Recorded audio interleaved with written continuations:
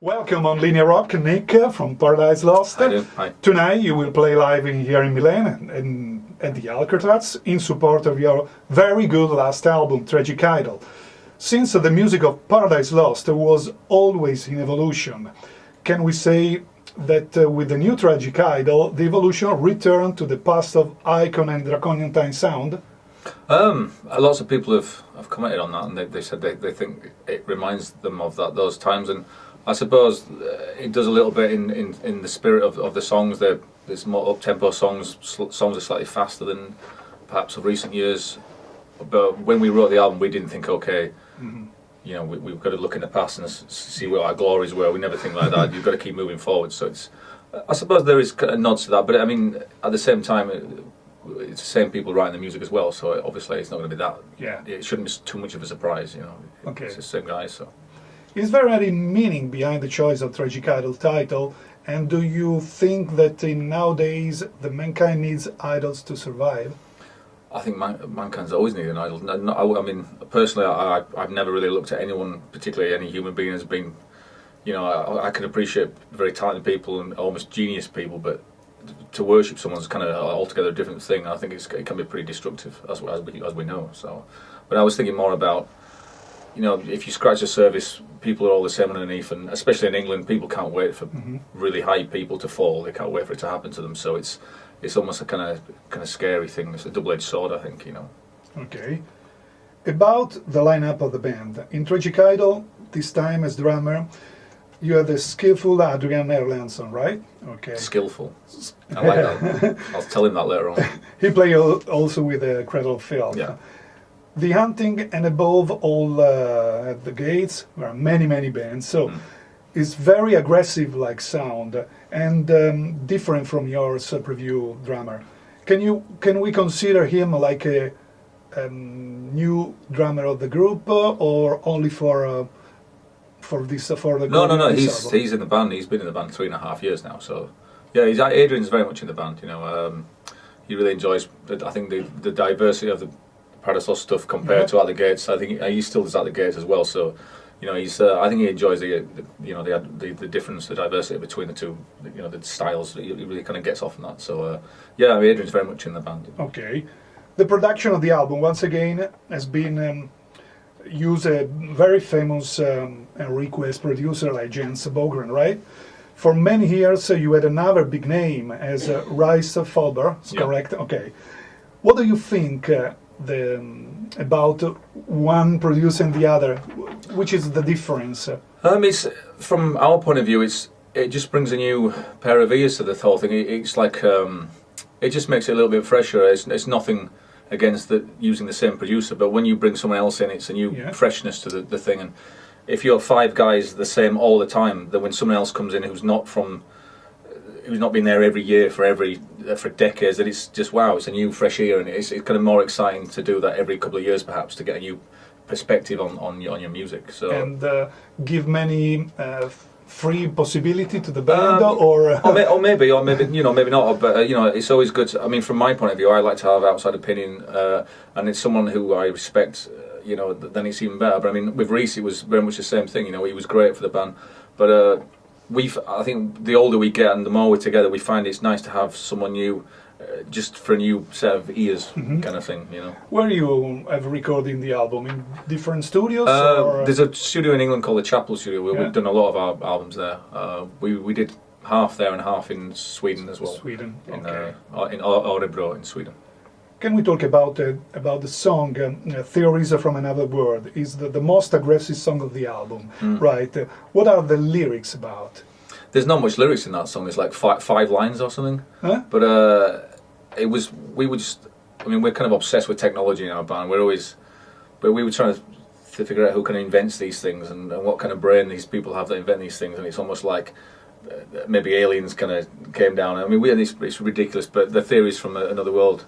It was also a stab at people that are Luddites. They kind of won't accept technology as well. They're kind of frightened of it as well. But there's hardly any lyrics in that song. No. It's kind of, there's not much there, you know. Okay. It's not a book. Okay. You're not going to get that much out of that song. So. About in general the songs and the lyrics of the band. You and Greg are the composer of the Paradise Lost. How is the songwriting process for arrive to compose a song? I mean, Greg would send some music to me, and I will try and come up with a melody line or something and then I can come up with something, and then I listen again the next day, and if I still like it, then okay, then I wait a week. Because our two composers, so sometimes yeah, no, it's hard. It's really it's tough. hard. Yeah, it's, tough. it's not easy. No, it's tough. It's especially after so many albums. It's really. It's not a question of ideas. It's just a question of liking things. It's so hard to like things now. We are so picky or choosy or what we like to, and it takes a long time, a lot of compromise between us both. And this album was really hard to write at times, like banging our heads against walls, just not agreeing on things. No. Yeah, it's really. But when we agree, it's usually for the greater good, and usually people will like it. But it's the older we get. So in general, it's difficult to create a concept album. Well, it's the worst thing is it's just making something that we like, and if we like it, then there's a possibility other people will. But we're not stupid enough to think that, oh, we can just do this, they'll be okay, fans will like that. Or, No. don't. You can't do that. If you don't like it, there's no chance. No chance, okay. Honestly in Death and the recent Fear of Impending Hell are two video clips taken from the last album. They are very different.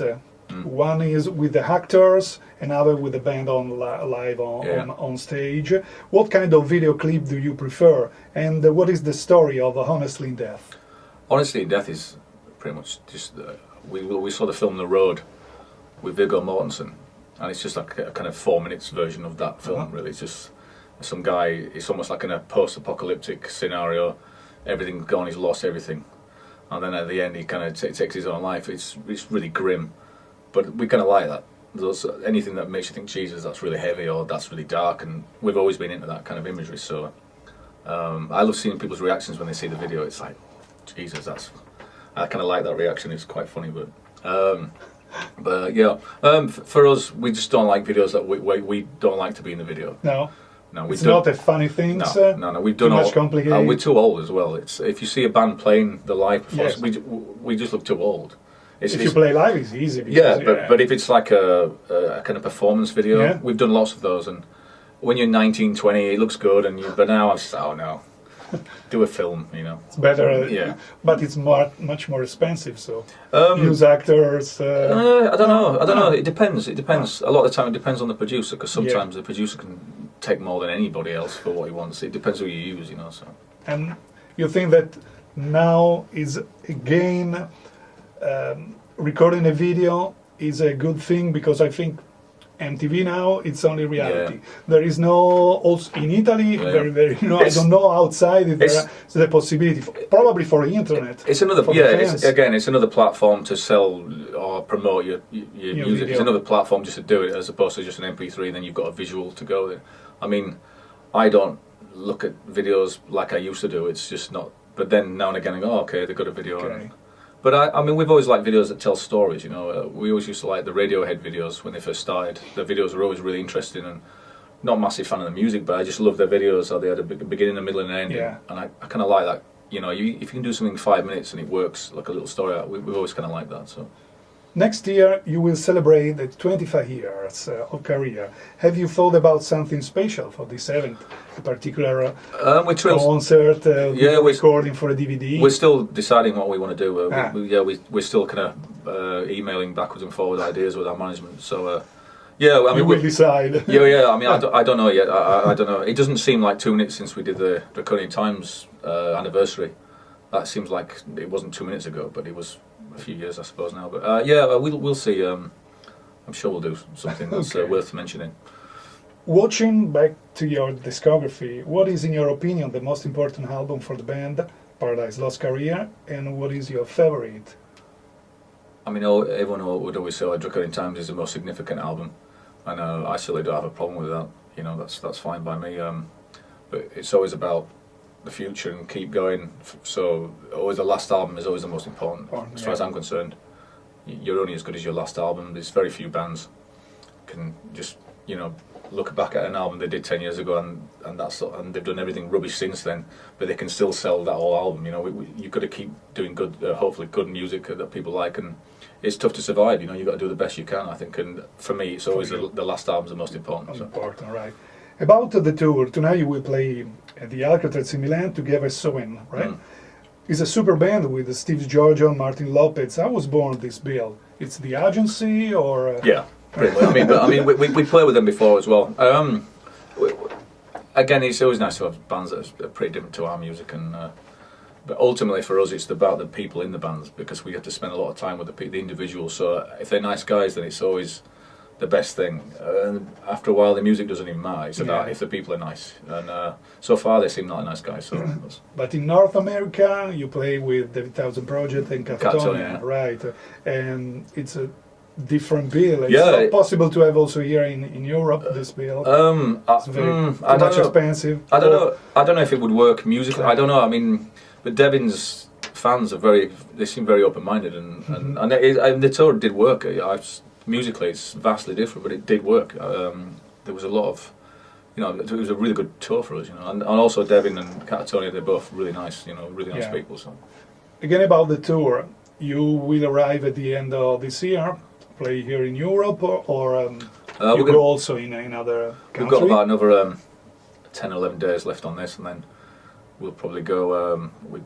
I don't know if we're going to go. Also, we're doing Brazil. Then we're doing the barge from hell, the cruise, death metal cruise thing, which should be quite interesting. And then we finish in South America, I think, in December. So it's summer. Yeah, it's summer in the other country. Here is winter, so it's yeah. Although I like the winter. I spent 6 weeks in America, and it's nice to get back home to the rain. I actually like it, you know. So it's fine by me. Okay, the last question. So, if you could change one thing in the past of Paradise Lost, what could be?